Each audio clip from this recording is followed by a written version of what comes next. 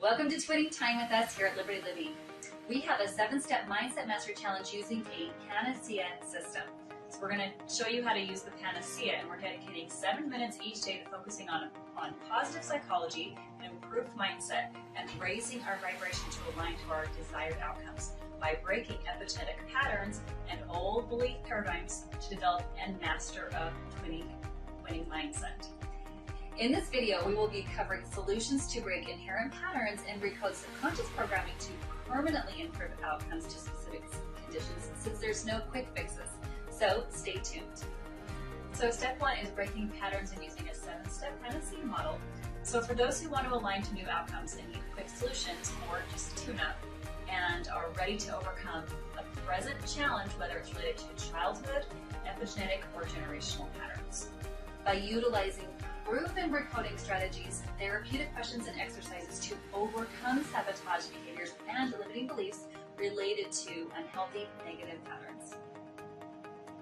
We believe in a holistic approach to healing, which addresses the whole scope of the individual. When we transform our core internal programming, we will transform all other facets of life because they are symptoms of the problem. For instance, when we heal our psychology, we'll improve our finances, relationships, health, behaviors, and so forth. So if you want healthier behaviors and decision making, then mastering a healthy mindset will ensure success in each domain of life. Our purpose is to empower individuals, professionals, couples, and families to leverage advanced psychological tools that will enable them to successfully live their ideal reality, liberating families and future generations. Step 1 is the presenting problem. So this step is more than likely going to be revealed through a person, a pattern, or a pain point. So how to decode the subconscious blocks and identify our blind spots and cognitive distortions are often revealed through conflicting beliefs and limiting beliefs. This step also helps us to recode conditioned beliefs, our epigenetic and generational patterns, by reframing the subconscious mind at a core genetic level, getting to the source of the issue, and heal the internal programming that causes continual setbacks, which are generally recycled patterns. So what is the pattern or problem? And what belief was formed from this pattern? Everything happens according to our beliefs and what we put our faith in. So our experiences all boil down to changing our beliefs. So how do we change our beliefs? Number 1, learn what the lesson was teaching us and what change we wish to see, such as what is the ideal solution or outcome. Number 2, look at counter beliefs to match the new belief, even if it's demonstrated by others to reinforce a new belief or mantra. For example, have you been able to achieve something in the past that you didn't believe you would or could have otherwise? So repeat this new desired belief or mantra until it is embodied. And in this presenting problem, to decode the subconscious block, it helps us to gain awareness around the blind spot as perceived voids from the parent-child patterns transferred within our primary relationships, often unwittingly. So being aware that all answers are manufactured within and not outside of us. Often generational patterns are the limiting beliefs and fears that are repeating parents' mistakes or opposing their behavior to avoid repeating their mistakes and creating opposition.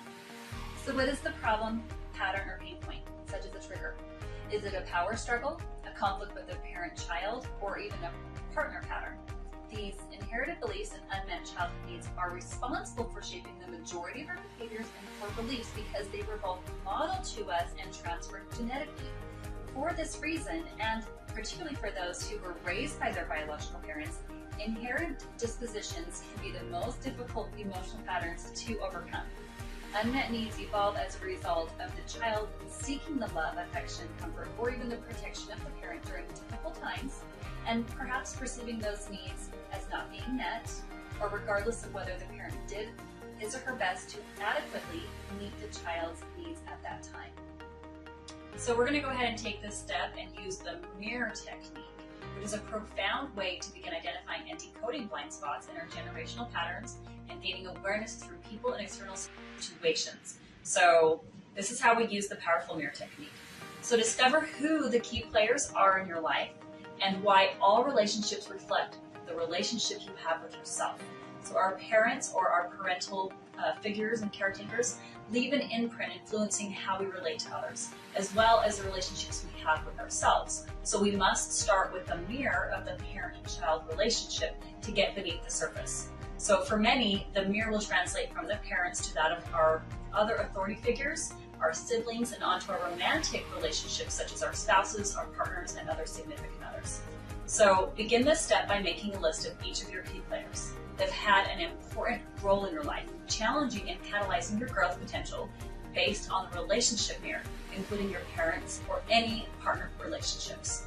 Everyone around us is a mirror and reflects to us some aspect about ourselves, such as our psychological programming and our character traits. By recognizing our strengths and weaknesses, we are at an advantage if we can see where an imbalance is being reflected to us through others. The easiest way to do this is by looking at our judgments and emotional reactions, which are just projections about ourselves and where we have room for growth and improvement. So when we use the mirror technique to recognize our judgments as a projection of an imbalance within our own self, we can make peace with these traits within our others so that we are no longer in judgment and can make appropriate and empowering changes within ourselves. In this case, so that others no longer appear aggressive, controlling, bossy, or even dominating in their interactions with you. It's never about the other person or trying to change the other person. So, our emotional reactions are a result of distorted beliefs and epigenetic programming that serve as internal mirrors into our blind spots, our unresolved and suppressed feelings, and the unmet needs from psychological conditioning and subconscious programming. We can identify this in our negative patterns, such as, why do these situations easily provoke me? Or why do bad things only happen to me? The mirror technique also applies to other external circumstances, such as work, health, and personal matters. And a quote by Rhonda Byrne in her book, The Power: "When you fall in love with life, every limitation disappears. You break the limitations on money, health, happiness, and the limits of joy in your relationships." Because our limitations disappear when we fall in love with life, here are a few gratitude exercises. How can you learn to love something about your limitations? Have they somehow taught you to become better? What has this challenge taught you that you can be grateful for, such as a new skill? And what can't you live without that you have in your life right now? Think of people that you value or what you love in your life, such as a home, a healthy body, etc. Gratitude for the abundance you have received is the best insurance of the abundance will continue. Quote by Muhammad. So if you wish to learn more and are truly ready to transform your conditions and your relationships from inherent programming for good, then go ahead and click the link below to get started to access our complete 7-step P.A.N.A.C.E.A system. Please let us know if you gained any value from this, and by sharing this video with your loved ones, liking and subscribing so we can make more beneficial